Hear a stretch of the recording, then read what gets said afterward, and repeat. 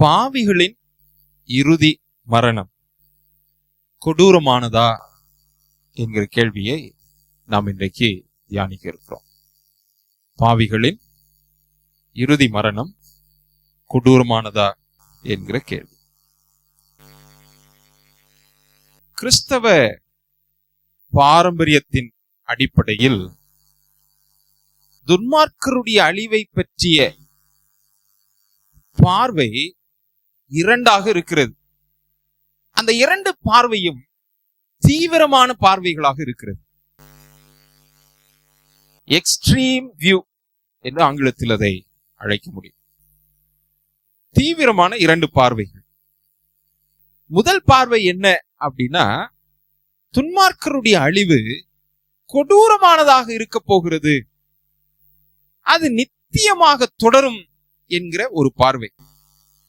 அதற்கு இவர்கள் சுட்டிக்காட்டக்கூடிய வேத ஆதாரமான விஷயங்கள் என்ன என்பதை நீங்க கவனித்து பார்ப்பீங்க அப்படின்னா, முதற்கட்டமாக அவர்கள் வேதாகமத்தில் இருக்கக்கூடிய இந்த அழிவுகளை சுட்டிக்காட்டுகிறார்கள். உதாரணத்திற்கு நோவா காலத்து அழிவை அவர்கள் சுட்டிக்காட்டுகிறார்கள். மிகவும் குறிப்பாக சோதோம் கொமோரா அழிவையும் அவர்கள் மேற்கோள் காட்டுகிறார்கள். எகிப்தின் வாதைகளையும் சுட்டிக்காட்டுகிறார்கள். இதர இடங்களிலே துன்மார்க்கர் எப்படியெல்லாம் அழிந்தார்கள் என்பதையும் அவர்கள் மேற்கோள் காட்டுகிறார்கள். இது அவர்கள் மேலோட்டமாக சொல்லக்கூடிய வேத ஆதாரங்கள். இன்னும் ஆழமாக இந்த கருத்தை அவர்கள் வலியுறுத்துவதற்கு வேத வசனத்தில் எவைகளெல்லாம் அவர்களுக்கு இன்னும் அதிகமான ஒரு தாக்கத்தை ஏற்படுத்துகிறது அப்படின்றத கவனித்து பார்க்கும்போது புதிய ஏற்பாட்டு புஸ்தகத்தில் ஏராளம் இருக்கிறது. அதைத்தான் நீங்கள் திரையில் காண்கிறீர்கள். அது ஒவ்வொன்றையும் நாம் வாசித்து அதை நாம் கவனிக்க வேண்டும் என்றால் நேரம் போதாது. ஆகவே அதை நான் சீக்கிரமாக வரிசைப்படுத்தி நான் சொல்லுகிறேன். அதை நீங்கள் கவனித்து பாருங்கள். மத்தேயு எழுதின சுவிசேஷம் 3வது அதிகாரம் 12ஆம் வசனத்திலேயும், மார்க் எழுதின சுவிசேஷம் 9வது அதிகாரம் 42 48 வசனங்களின் அடிப்படையில் நீங்கள் வாசிக்கும் போது அவியாத அக்னியுள்ள நரகம் என்று வேதம் சொல்லுகிறது.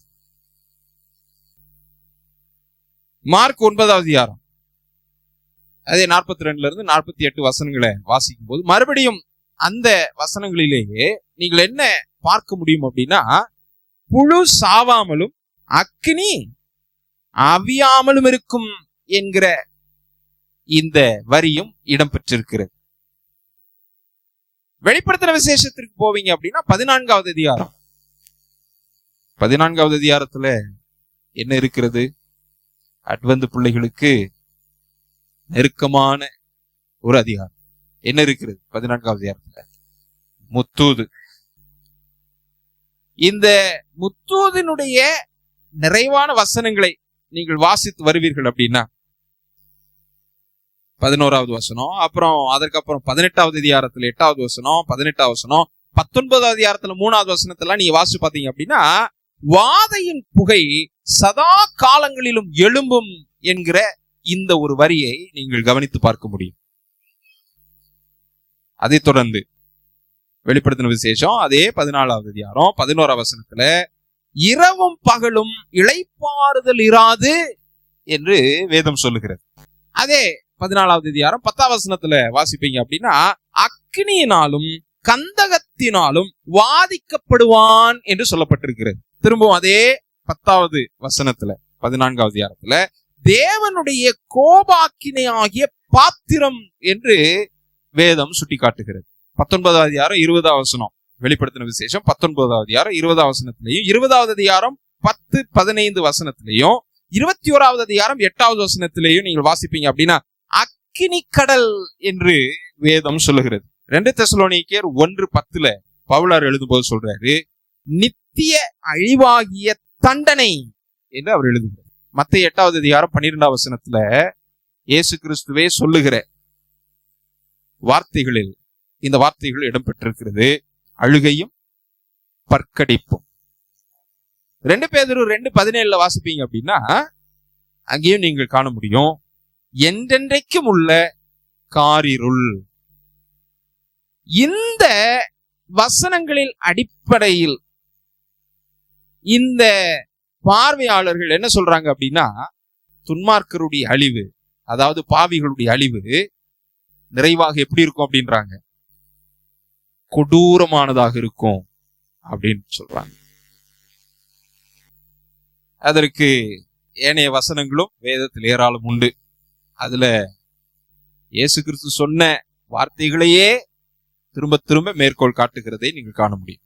மத்தேயு சுவிசேஷம் 10:28 இயேசு கிறிஸ்துவே தம்முடைய சீடர்களை அழைத்து அனுப்பும் போது இந்த வாக்கியத்தை அவர் உரைக்கிறார். எப்படி? ஆத்துமாவை கொல்ல வல்லவர்களாயிராமல் சரீரத்தை மாத்திரம் கொல்லுகிறவர்களுக்கு நீங்கள் பயப்பட வேண்டாம். யாரை பார்த்து சொல்ற? ஊழியத்திற்கு புறப்பட்டு போகும்படியாக அதிகாரம் பெற்றுக்கொண்டு அழைப்பை பெற்றுக்கொண்டு போகக்கூடிய தம்முடைய சீடர்களுக்கு இதை சொல்லுகிற. ஆத்துமாவையும் சரீரத்தையும் நரகத்திலே அழிக்க வல்லவருக்கே பயப்படுங்கள் என்று அவர் சொல்லுகிறார்.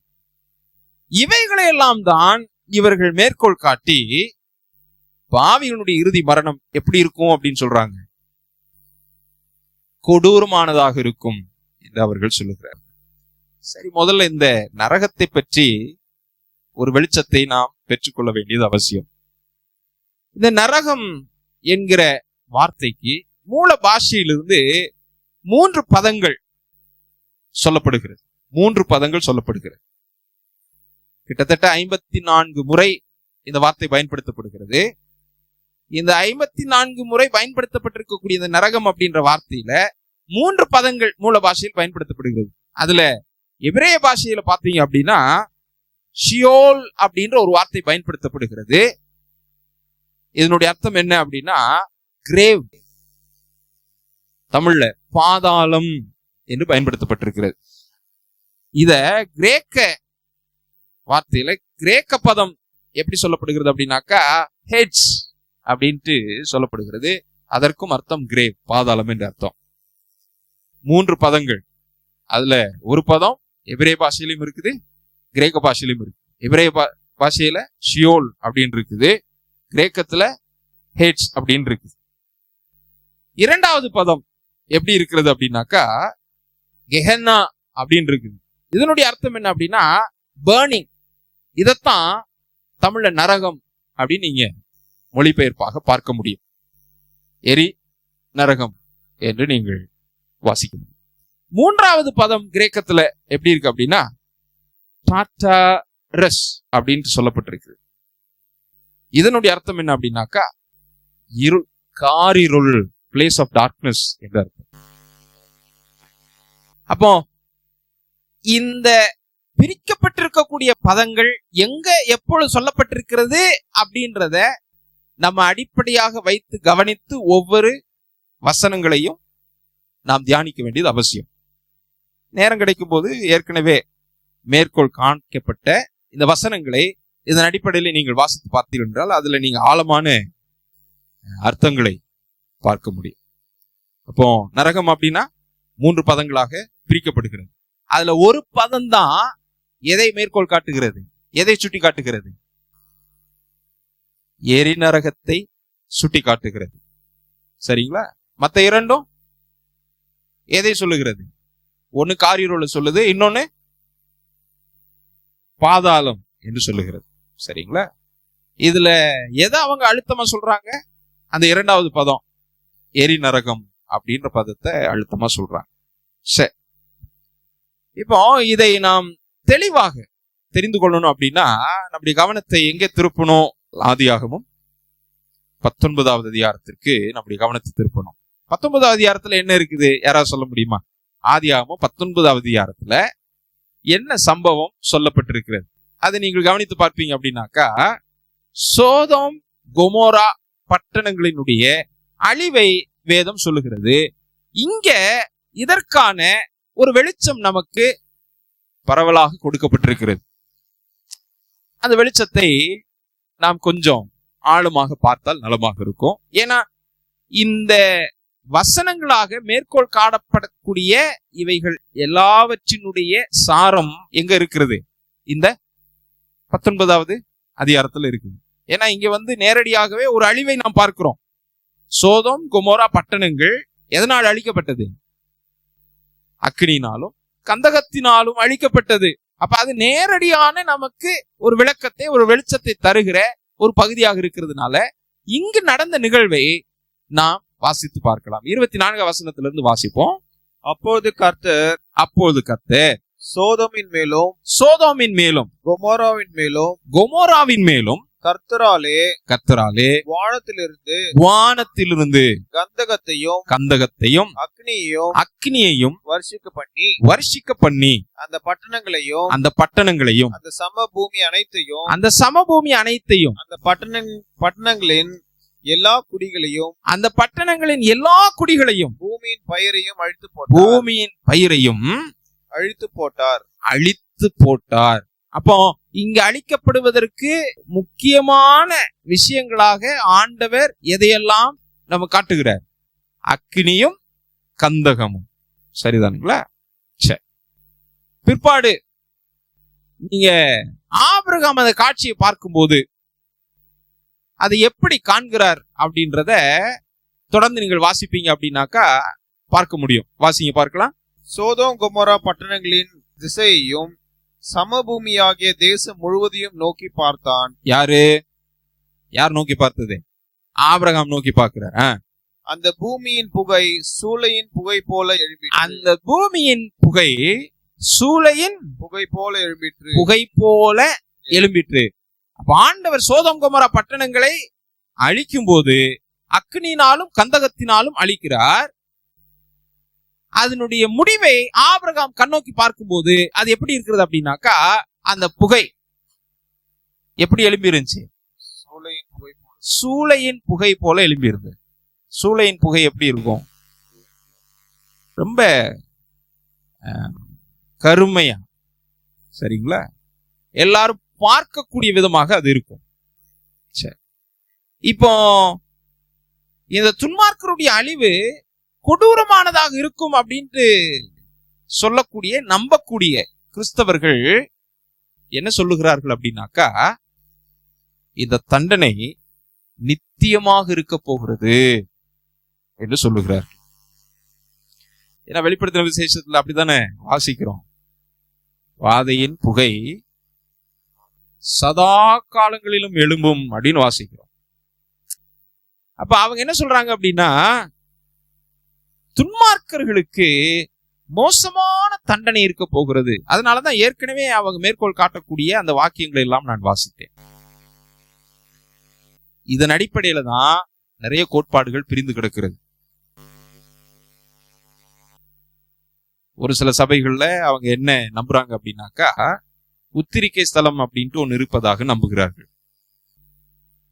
ஒருவேளை பரதீசுக்கு அல்லது பரலோகத்துக்கு போவதற்கு தகுதி இல்லாதவர்கள் இருப்பார்கள், ஆனா பரலோகத்துக்கு போகக்கூடிய ஒரு வாய்ப்பு பெற்றவர்கள் அப்படின்னாக்கா அந்த உத்திரிக்கை ஸ்தலத்துல அவர்கள் செய்த தவறுகளுக்கு பாவத்திற்கு தண்டனை அனுபவித்த பிற்பாடு அவர்களுக்கு ஆண்டவர் பரலோகத்தை பரதீசை வழங்குவார் என்கிற ஒரு நம்பிக்கை.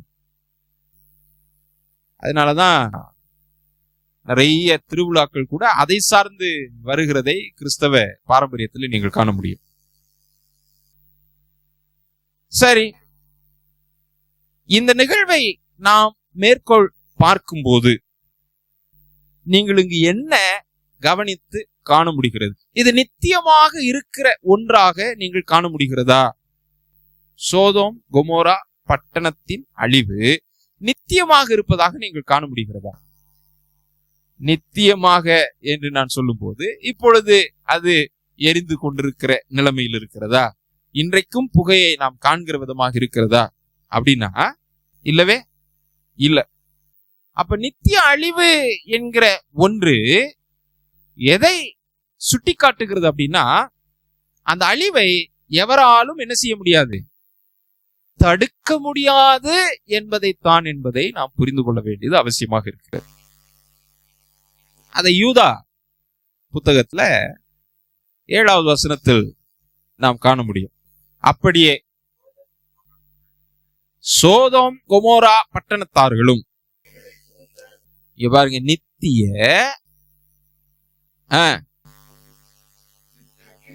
நித்திய அக்கினியின் ஆக்கினியை அடைந்து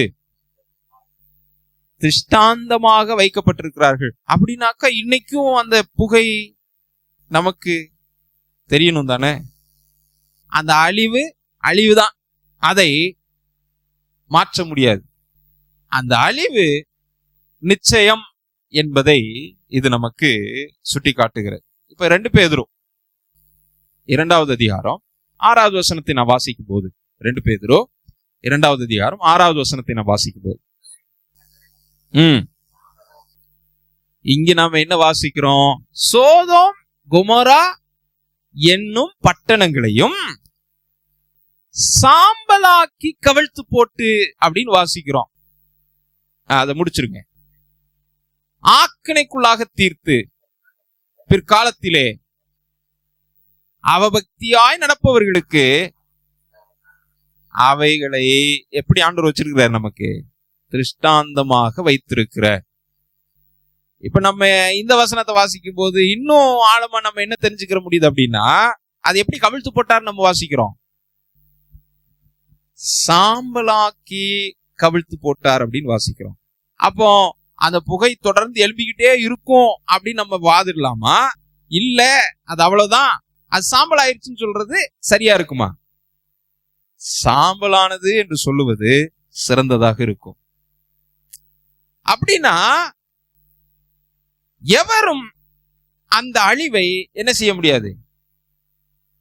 தடுக்க முடியாது. அந்த அழிவு நிச்சயம் நடந்தேறும் என்பதில் எந்த விதமான சந்தேகமும் இல்லை. எந்த விதமான சந்தேகமும் இல்லை. இப்போ இதெல்லாம் ஒரு முக்கியமான வார்த்தையை நாம் தெளிவாக வேதத்தில் பார்த்தால் ஒரு சிறந்த வெளிப்பாடாக இருக்கும். இந்த பிரச்சனைக்கெல்லாம், இந்த வாதங்களுக்கெல்லாம், இந்த மேற்கோள் காட்டப்படுகிற வசனங்களுக்கெல்லாம் முக்கியமான ஒரு வார்த்தையாக இருப்பது என்ன அப்படின்னா, நித்தியம் அப்படின்ற வார்த்தை. அப்படிதானே?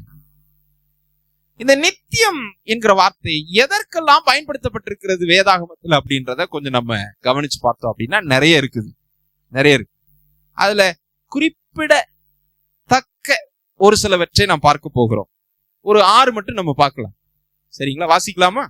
நித்தியம், நித்தியமான அப்படின்ற இந்த கூற்றோடு வரக்கூடிய விஷயங்கள் என்னென்ன அப்படின்றத வெறும் 6 மட்டும் நாம் பார்த்தால் நலமாக இருக்கும். முதலாவதாக எபிரேய புத்தகத்துல கவனத்தை திருப்பிக் கொள்வோம்.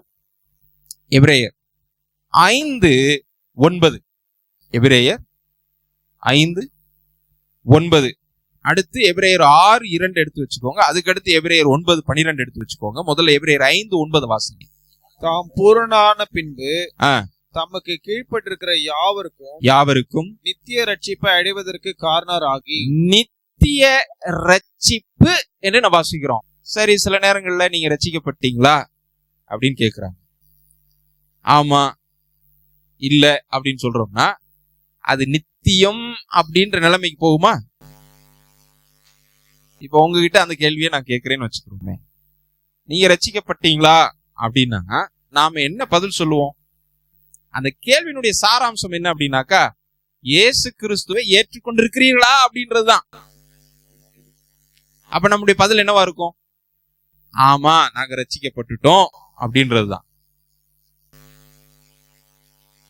அப்படி பாவங்கள் மன்னிக்கப்படுகிற அந்த தருணம் நமக்கு என்னதான்?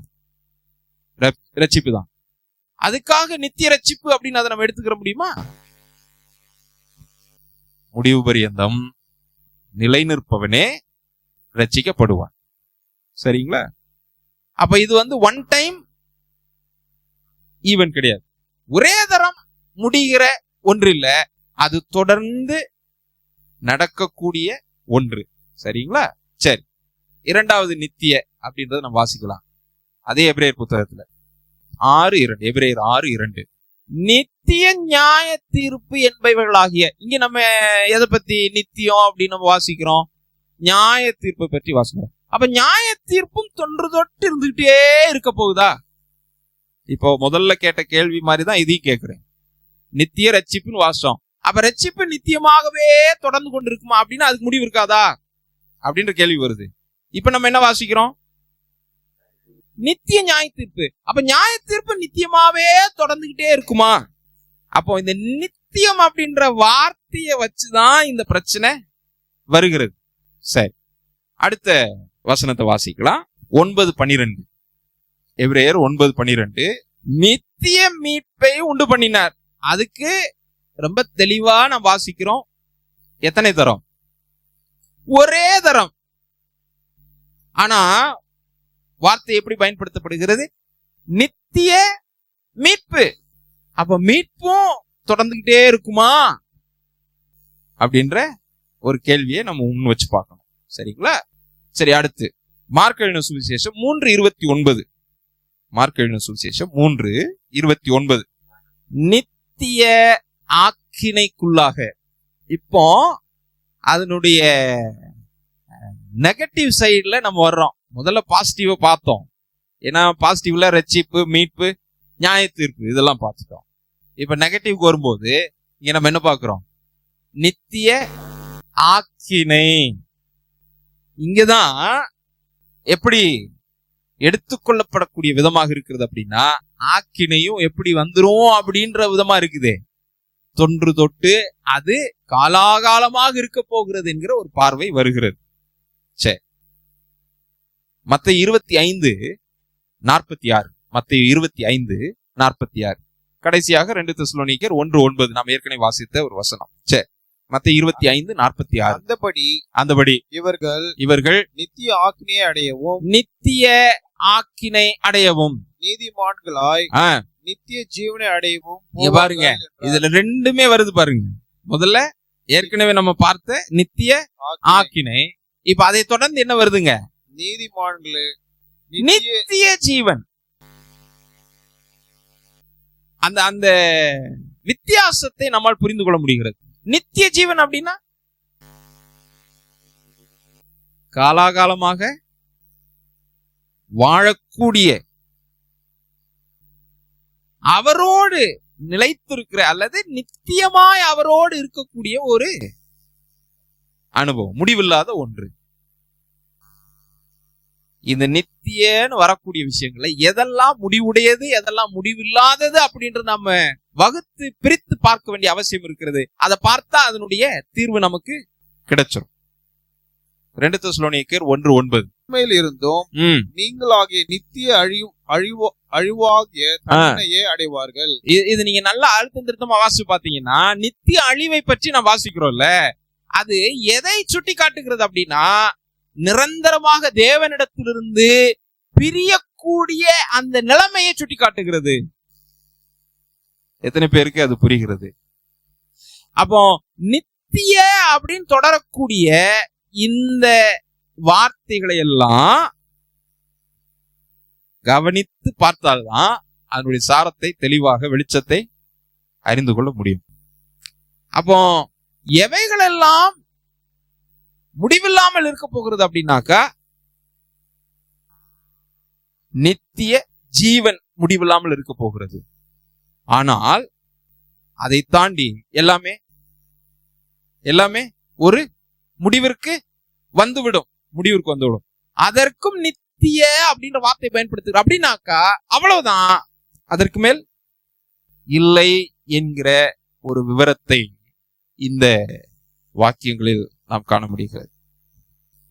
ஒருவரும் கெட்டு போகக்கூடாது, எல்லாரும் நித்திய ஜீவனை அடைய வேண்டும் என்று அவர் விரும்புகிறார் என்பதை வேதத்தில் தெளிவாக நாம் வாசிக்கிறோம். தீர்க்கதரிசன ஆவியிலிருந்து நாம் வாசிக்கும் போது, இப்ப நம்ம வாசித்துக் கொண்டிருக்கிறோம் இல்லையா, கிரேட் கான்ட்ரோவர்சி, மாபெரும் ஆன்மீக போராட்ட புத்தகம். அதனுடைய அந்த கடைசி அதிகாரத்துக்கு வருவீங்கன்னா அற்புதமான விஷயங்களை அவர்கள் மேற்கோள் காட்டியிருக்கிறாங்க. என்ன மேற்கோள் காட்டியிருக்கிறாங்க அப்படின்னா, இந்த எவைகள் எல்லாம் நித்தியமாக இருக்கும், எவைகள் எல்லாம் இருக்காது அப்படின்றத அழகா அவங்க சொல்லி அதுல நமக்கு வெளிப்படுத்தி இருக்கிறார்கள். The fire that consumes the wicked purifies the earth. அதாவது துன்மார்க்கரை எரிக்கும் நெருப்பு பூமியை தூய்மைப்படுத்துகிறது. Every trace of the curse is swept away. அந்த தூய்மைப்படுத்தக்கூடிய நேரத்துல சாபத்தின் எந்த தடயமும் இல்லாமல் எல்லாம் நீக்கப்படுகிறது அப்படின்னு சொல்றாங்க. No eternally burning hell will keep before the ransom the fearful consequences of sin அப்படின்னு எழுதுறாங்க. அதாவது இந்த நித்திய ஆக்கினை என்று சொல்லப்படக்கூடிய நரகம் ஒருபோதும் பரிசுத்தவான்களுக்கு முன்பதாக வைக்கப்பட்டிருக்க முடியாது என்று அவர்கள் சொல்லுகிறார்.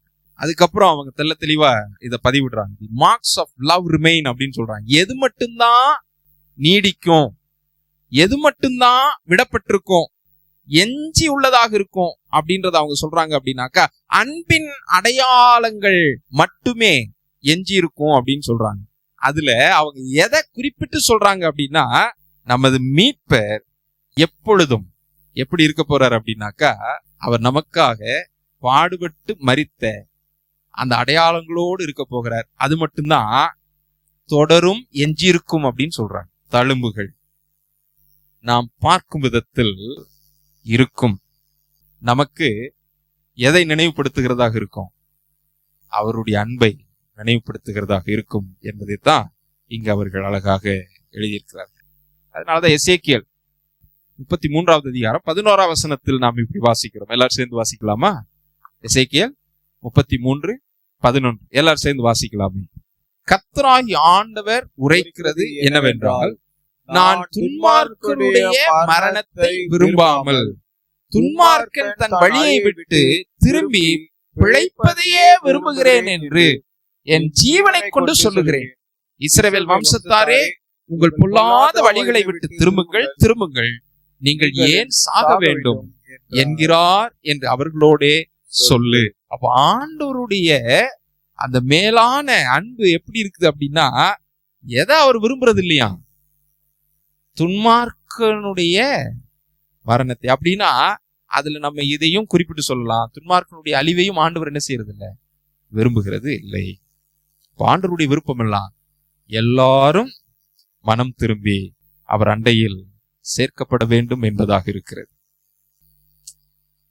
இன்னொரு ஒரு பகுதியையும் வாசிச்சேன். அதே கிரேட் கான்ட்ரோவர்சில நீங்க வாசிக்க முடியும். அதே மாபெரும் ஆன்மீக போராட்ட புத்தகத்தில் வாசிக்க முடியும்.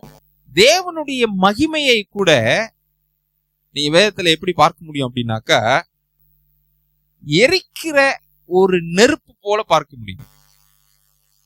The glory of God would be a consuming fire அப்படின்னு சொல்றாங்க. மோசே காலகட்டத்துல நாம அதை பார்க்கிறோம் இல்ல. அவர் தேவனை சந்தித்து திரும்ப ஜனத்தண்டையில் வரும்போது ஜனங்கள் எல்லாரும் என்ன சொன்னாங்க? ஐயோ, இந்த மகிமையை எங்களால பார்க்க முடியல, தயவு செஞ்சு முக்காடிடும் அப்படின்னு சொல்லி சொல்றாங்க. தேவனுடைய மகிமை பாவத்திற்கு முன்பதாக எப்படி இருக்கிறது அப்படின்னாக்கா, அது சுட்டரிக்கிற நெருப்பை போலதான் இருக்கிறது. அப்போ தேவனுடைய மகிமையும் பாவமும் எப்பொழுதும் என்ன செய்ய முடியாது, ஒரே போல பயணித்துக் கொண்டே இருக்க முடியாது. எது முடிவிற்கு வந்தாகணும்? பாவம் முடிவிற்கு வந்தாக வேண்டும். வெளிப்படுத்தின விசேஷம் 21:4 நாம் வாசிக்கிறோம். நம்ம எல்லாருக்கும் தெரிந்த வசனம். எப்படி வாசிக்கிறோம்?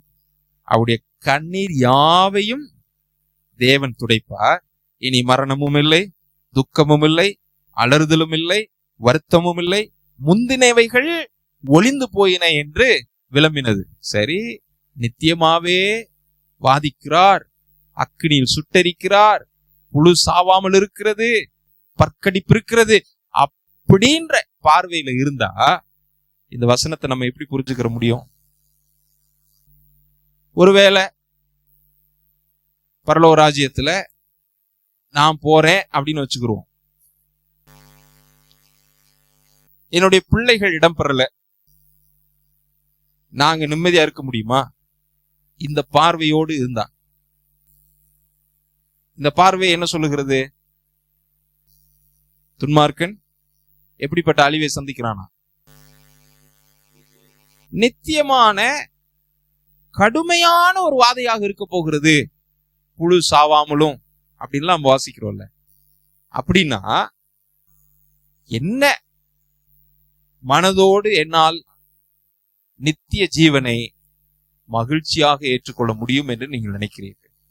முடியவே முடியாது.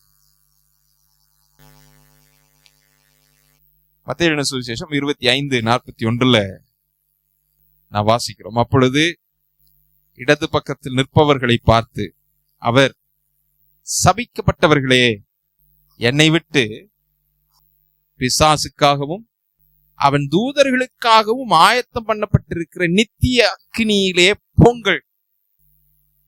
யாருக்காக இந்த நித்திய அக்கினி ஏற்படுத்தப்பட்டிருக்கிறது அல்லது நரகம் ஏற்படுத்தப்பட்டிருக்கிறது அப்படின்றது கூர்ந்து கவனிச்சீங்கன்னா அது யாருக்காக? பிசாசுக்காக ஏற்படுத்தப்பட்டது. அதுல அப்ப நம்மளுடைய புரிதல் எப்படி இருக்கணும்? பிசாசை சேவித்து பிசாசோடு இணைந்திருக்கிறவர்களுக்கும் அது பொருந்தும். அப்படிதானுங்களா? அப்ப அது யாருக்காக ஏற்படுத்தப்படல? யாருக்காக? நமக்காக அல்ல என்பதை நாம் புரிந்து கொள்ள வேண்டும். அவர் நம் கண்ணீர் யாவையும் துடைக்கிறதாக நாம் வாசிக்கிறோம் இல்லையா? தேவனுடைய தெய்வீக அன்பின் வெளிப்பாடான இந்த வசனத்தை நாம் மறக்கவே முடியாது. தம்முடைய ஒரே பேரான குமாரனை விசுவாசிக்கிறவன் எவனோ அவன் கெட்டு போகாமல் நித்திய ஜீவனை அடையும்படிக்கு அவரை தந்தருளி இவ்வளவாய் உலகத்தில் அன்பு கூர்ந்தார். சரி, இந்த ஒரு அன்பின் வெளிப்பாடு கிறிஸ்துவிடம் இருந்து நமக்கு எப்படி வந்தது அப்படின்றத கொஞ்சம் நீங்க கவனித்து பார்க்கணும். எப்படி வந்தது அப்படின்னா, நான் ஏற்கனவே உங்களுக்கு மேற்கோள் காட்டினேன்ல, இந்த துன்மார்க்கருடைய அழிவு கொடூரமானதாக இருக்கும் அப்படின்னு பார்க்கக்கூடிய பாரம்பரிய கிறிஸ்தவர்களுடைய இந்த விளக்கங்களில் சொல்லப்படக்கூடிய வசனங்கள்ல நீங்க நல்லா கவனிச்சு பார்த்தீங்க அப்படின்னா, இயேசு கிறிஸ்துவே அவருடைய பாடு அனுபவத்துல சொல்லக்கூடிய ஒன்றை உங்களுடைய நினைவில் கொண்டு வந்து பாருங்க. இந்த பாத்திரம் என்னை விட்டு நீங்கும்படி செய்யும் ஆக கடவுது அப்படின்னு சொல்றார். எந்த பாத்திரத்தை அவர் மையப்படுத்தி சொல்றாரு நினைக்கிறீங்க? இங்க நம்ம வாசிக்கிறோம் இல்லையா, வெளிப்படுத்தல் 14வது அதிகாரம் 10வது வசனத்துல என்ன வாசிக்கிறோம்? கோபாக்கினையின் பாத்திரம். இன்னொரு வசனத்துல பாத்தீங்கன்னா பிதா எனக்கு தந்த பாத்திரம் சொல்லுவார். யார் இதை எடுத்தா? யார் சுமந்தா? யார் சுமந்திருக்கிறா? கிறிஸ்து. கிறிஸ்து. இப்பேற்பட்ட கொடுமையான கோபாத்திரத்தின் பாத்திரத்தை அவர் சுமந்து அப்புறம் தான் நமக்கு எதை கொடுத்திருக்கிறார் அப்படின்னா நித்திய ஜீவனை கொடுத்திருக்கிறார். உண்மையிலே நாம தான் அந்த கோபாக்கினின் பாத்திரத்தை சுமந்திருக்கணும் இல்லைங்களா? போன செய்தியினுடைய முகாந்திரமே அதுதான். நாம் தான் காரணம், வேற யாருமே இல்ல. நாம் தான், நம்முடைய பாவம் தான் காரணம். அப்ப நாம தான் அதை சுமந்திருக்கணும். அந்த இடத்துலதான் கிறிஸ்து என்ன செஞ்சிருக்கிறார்? இந்த சுமையை அவர் சுமந்தார். அவருடைய தழும்புகளால் நாம் குணமானோம். இல்லை என்றால் முடிந்திருக்கவே முடியாது. ஆண்டவர் தம்முடைய அன்பின் மிகுதியினால எந்த அளவிற்கு நமக்காக இவை எல்லாவற்றையும் செய்திருக்கிறார் என்பதை நாம் கூர்ந்து கவனித்தாலே நம்மால் ஒன்றை புரிந்து கொள்ள முடியும். துன்மார்க்கருடைய அழிவை அவர் விரும்புகிறவர் அல்ல. நம்மை சுட்டரித்து நித்திய காலமாக வாதிப்பதினால் அவருக்கு புகழ்ச்சியோ அவருக்கு மகிழ்ச்சியோ ஏற்பட போவதில்லை. கூடுதலாக நாம் கைவிடப்படுகிற நிலைமையில் தீர்மானங்களை எடுத்து விட்டோம் என்றால் அது அவரைத்தான் அதிகமாக வருத்தத்திற்குள் மாற்றும் என்பதை நாம் உணர்ந்து கொண்டு, இந்த நித்திய அழிவு என்பது ஒரே நேரத்தில் நடக்கக்கூடிய ஒரு அழிவு. அது எஞ்சி இருக்க போவதே இல்லை, சாம்பல் என்பதை மாத்திரம் நாம் புரிந்து கொண்டு, துன்மார்க்கருடைய அழிவு கொடூரமானதாக அல்ல, அது ஒரே நிமிஷத்தில் அல்லது ஒரே நேரத்தில் முடியக்கூடிய ஒன்றாகத்தான் வேதத்தில் நாம் காண முடியாது. ஆகவே தான் நம்முடைய கவனம் எங்க இருக்கணும் அப்படின்னாக்கா, அவருடைய நித்திய அன்பில், நித்திய ஜீவனில் இருக்க வேண்டும். அந்த பார்வை நம்மிடத்தில் இருக்கும் அப்படின்னாக்கா, நாம் இன்னும் கவனமாக அவரை அண்டு கொள்வதற்கு அது ஏதுவாக இருக்கும். அதற்காக நாம் எப்படி வேண்டுமானாலும் வாழ்ந்து விடலாம் என்கிற தீர்மானத்திற்கு போகக்கூடாது. நம்மேல் வரக்கூடிய தண்டனையையும் அவர் எடுத்துக்கொண்டாரே, அப்படியானால் நாம் எந்த அளவிற்கு நம்முடைய வாழ்வை அர்ப்பணம் செய்து அவரிடத்தில் ஒப்பு கொடுத்து அவருடைய அந்த அழைப்பை ஏற்றுக்கொண்டு அவரோடு வாழ்ந்து அவர் வரும்போது அவருடைய வருகையில் சேரக்கூடிய பாக்கியத்தை நாம் எல்லாரும் பெற வேண்டும். நாம் தனிமையில் அல்ல, குடும்பங்களாக பெற்று அவனுடைய நித்திய வாழ்வில் பிரவேசி கர்த்தர் நாம் ஒவ்வொருவருக்கும் கிருபை பாராட்டுவராக. ஆமென்.